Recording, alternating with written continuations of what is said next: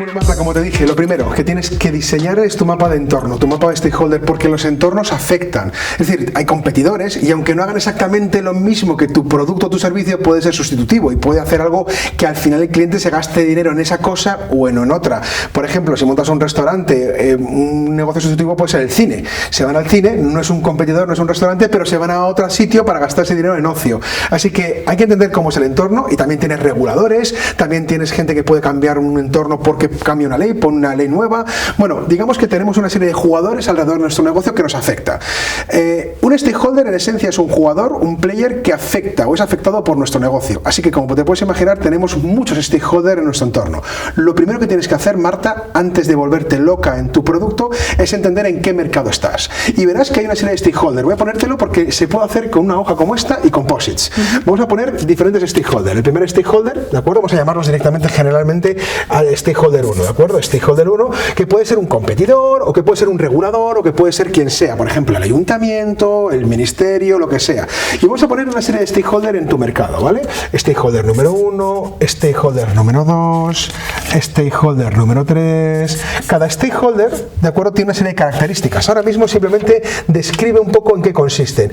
Una recomendación, un truco, sé muy concreto. No pongas solo regulador, sino pon el Ministerio de Industria, porque hay que crear una ley que me afecta a mi negocio, o el ayuntamiento, que ha creado una ordenanza específica con respecto a lo que sea, o el competidor, o el operador logístico. Digamos que todos estos son diferentes stakeholders, ¿vale? ¿Y tienen que estar relacionados unos con otros? Sí, exactamente, y ahora vamos a ver cómo. Todos los stakeholders se relacionan en un mercado, y la relación que tienen los mercados tienen que ver normalmente en los sistemas capitalistas, porque yo te vendo algo y tú me entregas una propuesta de valor. Es decir, básicamente yo te estoy dando esta propuesta de valor y tú me pagas por la propuesta de valor en un entorno en el cual vamos intercambiando sistemáticamente. Quiere decir aquí, el stakeholder número 3 entrega un valor a este cliente, una propuesta de valor, y ese stakeholder le devuelve esto en términos de dinero, le paga por esa propuesta de valor. Y claro, aquí descubrirás que hay diferentes stakeholders que crean como cadenas, ¿no? Este le entrega esta propuesta de valor que le paga por esa. Por ejemplo, imagínate, este planta tomates, ¿vale? Estos tomates, de alguna manera o de otra, son comprados por un fabricante de ketchup. Básicamente, lo que hace el fabricante de ketchup es compra los tomates y le paga por los tomates. Una vez que fabrica el ketchup, se lo vende a un retail, a un supermercado. El supermercado compra la propuesta de valor, que es el ketchup, ¿de acuerdo? Y le paga por ese ketchup. Y después, por último, puede ser que este stakeholder le entregue un valor al restaurante, ¿de acuerdo?, que es el que le compra el ketchup para hacer los menús, y él le paga por ese ketchup, siendo posiblemente el cliente final, ¿vale? Bueno, esto desarrolla cadenas, pero puedes encontrar cosas raras en el mercado, y a esto llamamos distorsiones de mercado. Es decir, puede ocurrir que un stakeholder entregue una propuesta de valor que otro stakeholder le devuelva con una propuesta de valor. Por ejemplo, BlaBlaCar. BlaBlaCar, en el fondo, tú te subes y no te cobran. Tú pagas simplemente la gasolina que consumes, pero es que te entregan un valor a cambio de otro valor. Digamos que es como una entrega de valor en ambas partes, más que una transacción económica. Esto no es malo ni es bueno, es entender cómo es tu entorno. Pero también puede ocurrirte algo muy raro. Puede ocurrirte que alguien entregue una propuesta de valor a alguien que no pague por eso, y que otro, por ejemplo, perciba otra propuesta de valor, o este, por ejemplo, entrega dinero a este. De tal forma que de alguna manera u otra hay como distorsiones. Puede ocurrir que esta propuesta de valor se construya por dinero de otra tercera parte. Por ejemplo, en muchos países es gratuita y universal la sanidad.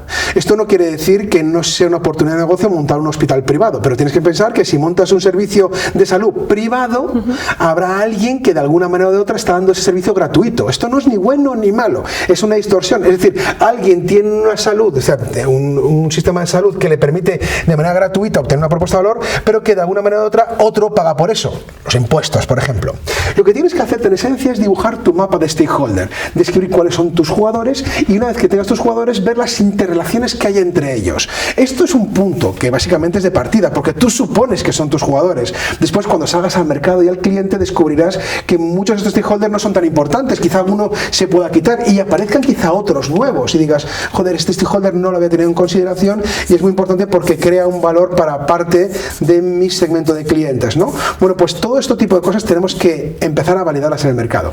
Pero, y esta es la parte más importante, una vez que diseñes y entiendas cómo es tu entorno, te tendrás que posicionar tú. Habrá un sitio en el cual tengas que estar más o menos cómoda. Es decir, este sitio será en el cual tu espacio para poder empezar a hacer cosas es más sencillo y tu espacio competitivo o barrera de entradas son menores. El objetivo es que entiendas que no estás sola cuando arrancas tu negocio, que estás en un entorno que a día de hoy está funcionando, y el hecho encontrado es que estas dinámicas, estas lógicas de negocio funcionan y existen. Tú tienes que entenderlas antes de saber dónde quieres entrar, porque si entras sin saberlo, lo más probable es que descubras cómo es tu entorno gastando mucho dinero, tiempo y motivación. Así que empezaremos entendiendo todo esto, y muchos de estos ahora mismo pueden ser grandes hipótesis que tendremos que ir a la calle a validarlas y entenderlas para entender no solo las interrelaciones, sino si estamos reflejando los stakeholders más importantes que tenemos en nuestro negocio. Así que ya sabes, Marta, primer punto, a diseñar tu mapa de entorno o mapa de stakeholder.